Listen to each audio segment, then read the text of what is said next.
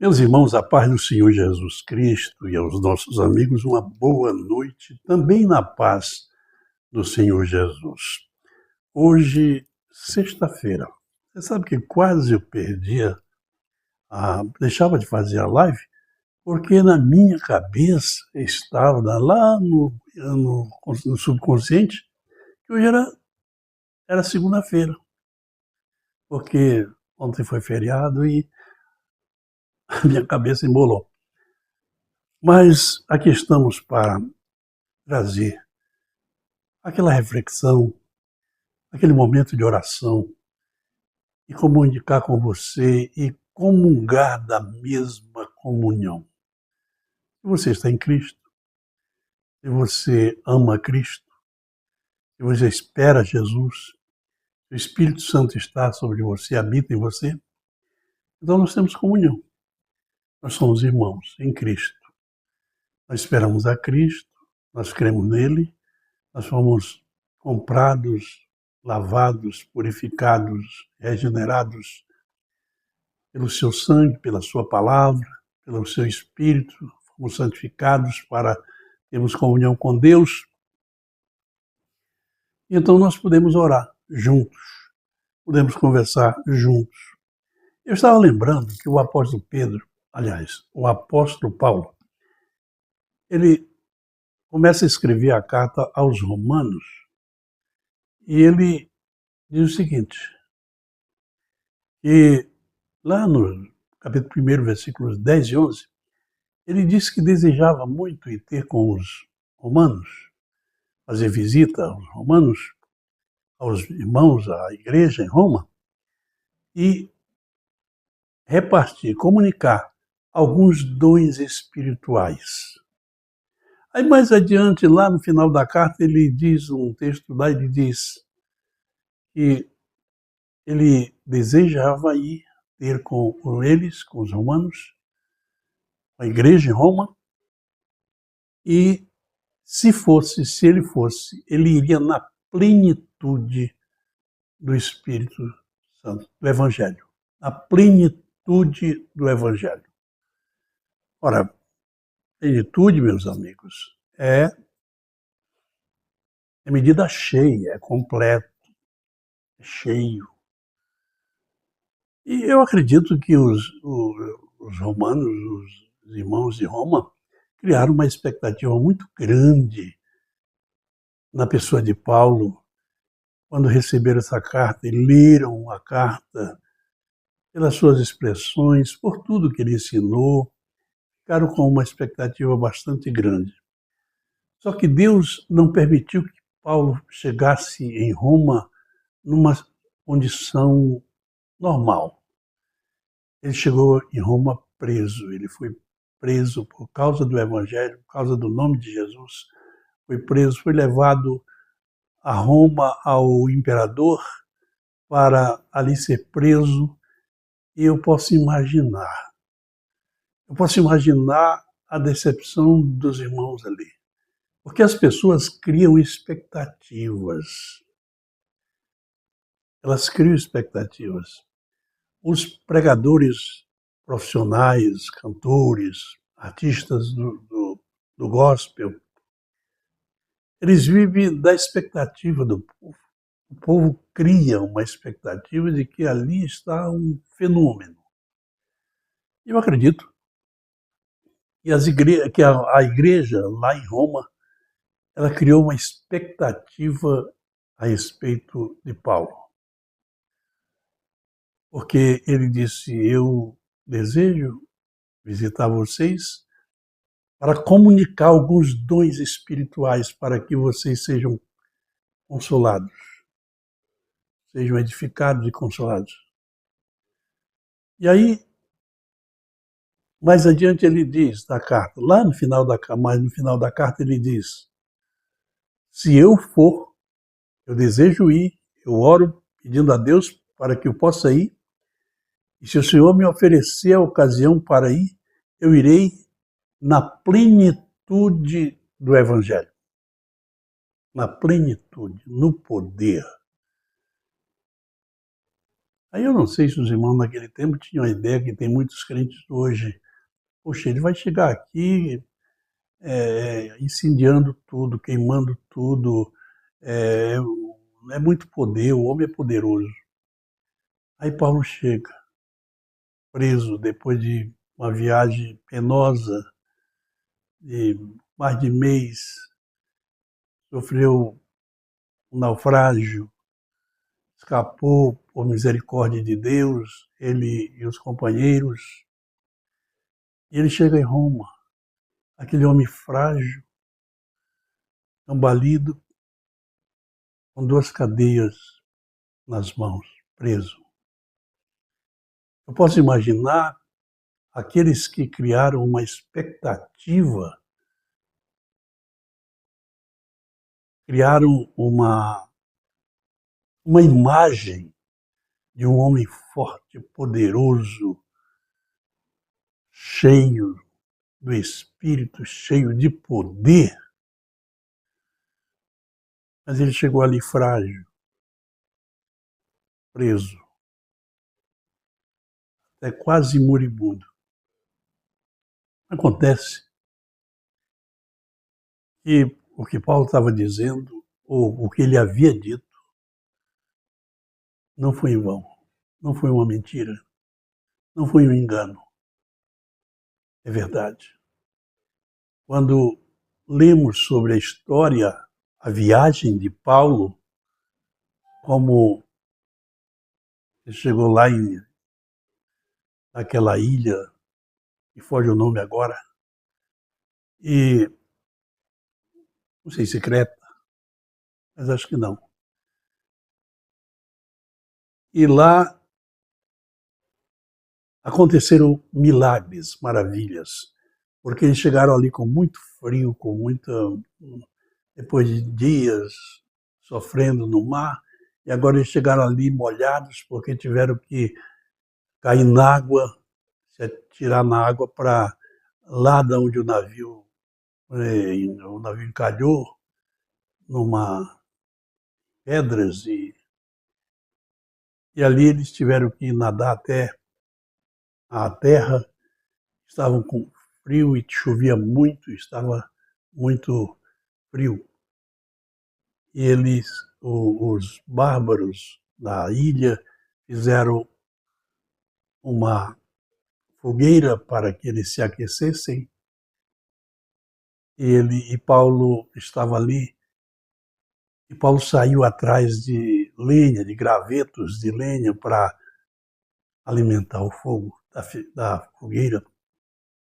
E ele viu uma víbora e pensou que era um graveto de pau e pegou na víbora. E quando ele pegou na víbora, a víbora mordeu, picou a sua mão. E aquele tipo de víbora, aquele tipo de serpente, ela matava muito rapidamente. Os bárbaros quando viram o que aconteceu, eles logo fizeram um juízo. Esse homem, ele é um criminoso, porque escapando do naufrágio, a justiça de Deus, disseram logo, julgaram logo, não lhes deixa viver. Esperava que Paulo caísse morto por causa da picada da serpente. Ou então inchasse muito logo, porque a reação era o resultado de quem recebia uma ferrada, uma picada daquela serpente. E Paulo sacudiu a serpente na fogueira e eles esperavam que ele caísse morto ou inchasse muito e nada aconteceu. Cumprindo-se aquela palavra que Jesus disse: pegareis em serpentes e se alguma coisa mortífera beberem, não lhes fará mal nenhum. A palavra de Deus estava se cumprindo e Paulo estava na plenitude do Evangelho. Ele estava na plenitude. Aí os homens mudaram, os homens da ilha ali mudaram de opinião imediatamente. Esse homem não é um criminoso, esse homem é um Deus, porque recebeu a picada da serpente e nada aconteceu. E queriam já sacrificar para Paulo. E não é isso, não, mudaram de... Paulo teve que acomodá-los para que eles não sacrificassem a ele como se fosse Deus. Manzo Leite Mac. Seja bem-vinda, minha irmã. Eu lembro que há pouco tempo, nos Estados Unidos, um sensacionalista, um pastor, não sei se era o nome do pastor, era sensacionalista. Então ele fez um programa de televisão e levou uma serpente venenosa e pegou na serpente para mostrar que ele era um homem de Deus, que ele tinha poder. Só que ele não estava na plenitude do Evangelho. A serpente mordeu e ele morreu. Paulo não morreu. Aí, quando os bárbaros viram aquilo, então eles foram dizer ao pai do chefe lá da ilha, do líder, pai de Públio, que estava muito doente, com diarreia, muita diarreia, estava para morrer. E Paulo foi lá e orou, e ele ficou curado. Ele foi curado, porque Paulo estava na plenitude do Evangelho, a despeito da circunstância, da situação. Então, alguém pensa que quem está na plenitude do Evangelho são aquelas pessoas que estão com ternos impecáveis, com uma linguagem, com um discurso bonito, com um português polido, com palavras muito fácil. Então, Paulo chegou ali quase moribundo, mas estava na plenitude do Evangelho. E quando ele chegou em Roma, ele estava na plenitude do Evangelho, apesar da sua imagem e da situação em que ele se encontrava fosse totalmente adversa. Ele estava na plenitude do Evangelho. É você viver na plenitude do Evangelho? É, meu querido. As circunstâncias não nos tiram. Ao contrário, elas contribuem para que nós vivamos, andemos na plenitude do Evangelho de nosso Senhor Jesus Cristo. Plenitude, completo, medida cheia, medida transbordante, plenitude, completo. É assim que Deus quer que nós vivamos, na plenitude do Evangelho, porque estamos esperando o Senhor Jesus Cristo. E Ele vem. Nós vamos orar, meus queridos, e nós temos aí poucos dias para a virada do ano, né? Eu acho que a próxima live já vai ser no próximo ano, porque sexta-feira, quinta-feira é virada do ano. Sexta-feira parece que é o primeiro, aliás, quarta-feira é a virada, né? Quinta-feira é 1º de janeiro de 2026. Então eu volto no próximo ano. E eu volto com a live com outro título. Eu gostaria muito de fazer uma capa, mas eu não tenho técnica para isso. E eu faço as minhas lives sozinho, não tem ninguém que me ajude, né? A minha apresentação das lives é muito pobre, muito ruim, porque não tem nenhuma representação. E hoje é o marketing, é imagem. As pessoas, às vezes você pega um vídeo e vai ver o vídeo, tem uma capa muito sugestiva, muito bonita, o vídeo é pobre, não tem nada, mas a capa é rica. Já eu não tenho capa. As minhas lives, os meus vídeos não tem capa, não tem marketing, não tem apresentação.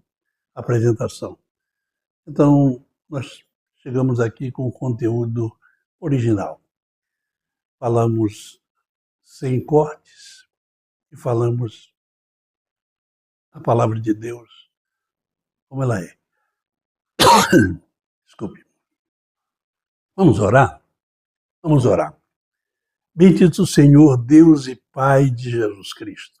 Hoje, Pai, nós estamos vivendo, oh meu Deus, os últimos dias deste ano de 2025.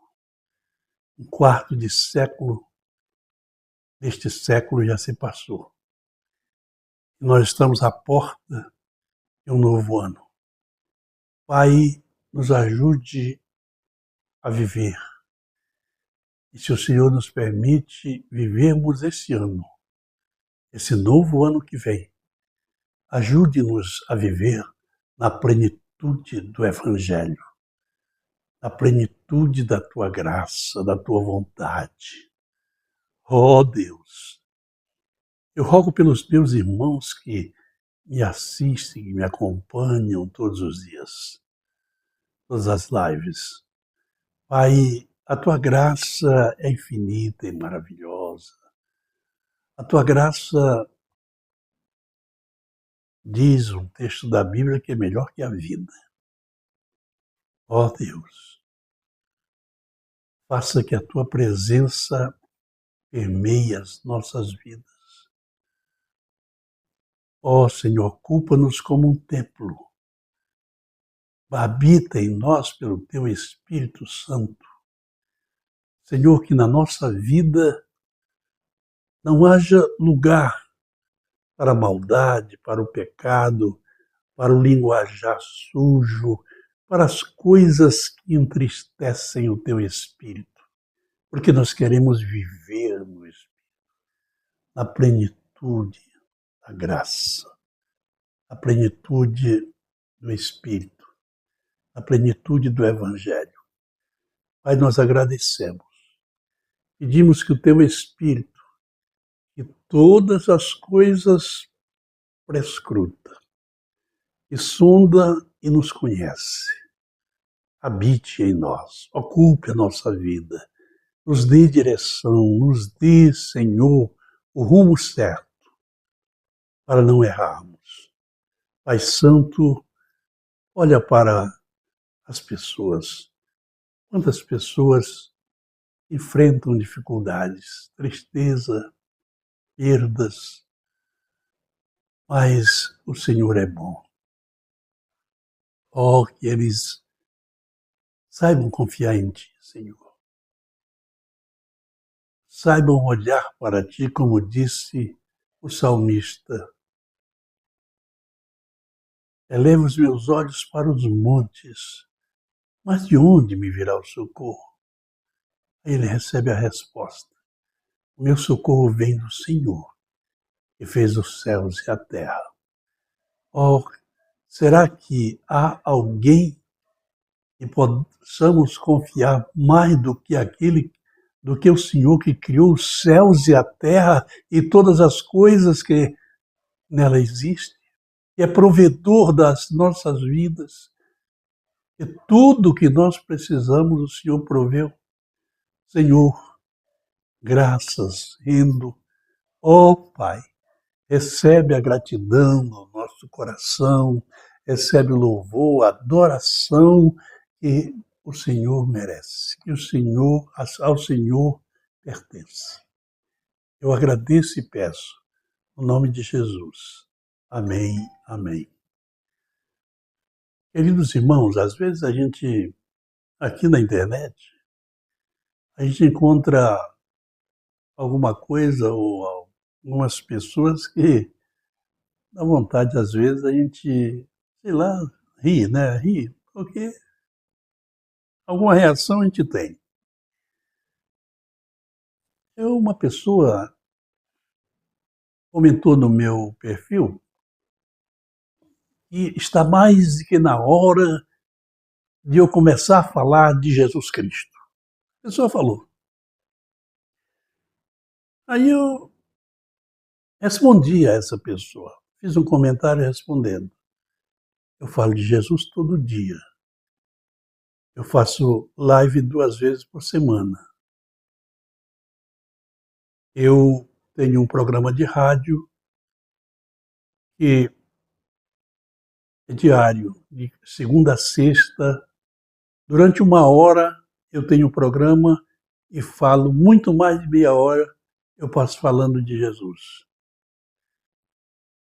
Então eu respondi assim à pessoa, dizendo que também eu nunca vi, não sei se, mas eu nunca vi aquela pessoa comentar uma live minha, comentar um, uma postagem que eu falo sobre a Bíblia, sobre a palavra de Deus, eu nunca vi. Agora, quando eu faço um outro comentário que nem tenha maiores importância, a pessoa vem e vem me exortar. Quer dizer, está na hora, está mais que na hora do Senhor começar a falar de Jesus. Você lembra daqueles irmãos, daqueles crentes lá de Corinto que dizia, uns diziam, eu sou de Paulo, outro eu sou de Apolo, outro eu sou de Cefas e outros eu sou de Cristo. Né? Eu sou de Cristo. Então, as pessoas, às vezes, elas acham que talvez elas nem falem de Jesus, talvez elas nem saibam falar de Jesus para as pessoas, nem saibam abordar uma pessoa para falar de Jesus, e vem agredir a gente. Mas, queridos, o que é que eu faço? Eu estou dizendo isso aqui para os irmãos, eu faço é orar por essas pessoas e às vezes eu ignoro, porque a ignorância é um negócio muito ruim, muito ruim. A ignorância é muito ruim, é uma coisa ruim. Por isso o apóstolo Paulo diz, meus irmãos, não quero que sejais ignorantes. Eu não quero que você seja ignorante a respeito dos dons espirituais, eu não quero que você seja ignorante a respeito dos que já morreram em Cristo. E ele vai por aí falando, não quero que vocês sejam ignorantes. Então não sejam ignorantes. Leia a Bíblia, a palavra de Deus, com espírito de moderação, de humildade e pedindo a Deus a luz do Espírito Santo para que ele te ilumine.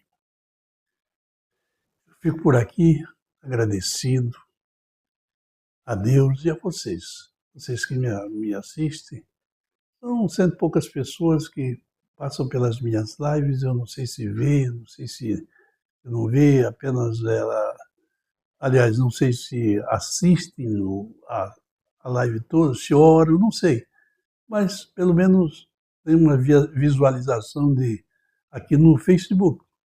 E nós estamos também no YouTube. A mesma live eu estou passando aqui no Facebook ao vivo e em seguida eu faço eu compartilho lá para o YouTube, para minha conta, para o meu canal no YouTube. Assim, eu agradeço a Deus por tudo e agradeço a vocês e volto no próximo ano. Eu ainda não fechei o tema que eu vou trazer, né? Mas eu estou pedindo a direção a Deus para ser um tema sugestivo que possa sugerir ou dar uma motivação para que os irmãos assistam. Queridos irmãos, tenham um fim de semana abençoado, venha aí o ano novo, a virada do ano. Eu desejo a vocês um novo ano na paz e na graça do Senhor Jesus. Deus abençoe a vocês. Muito, muito. Deus abençoe.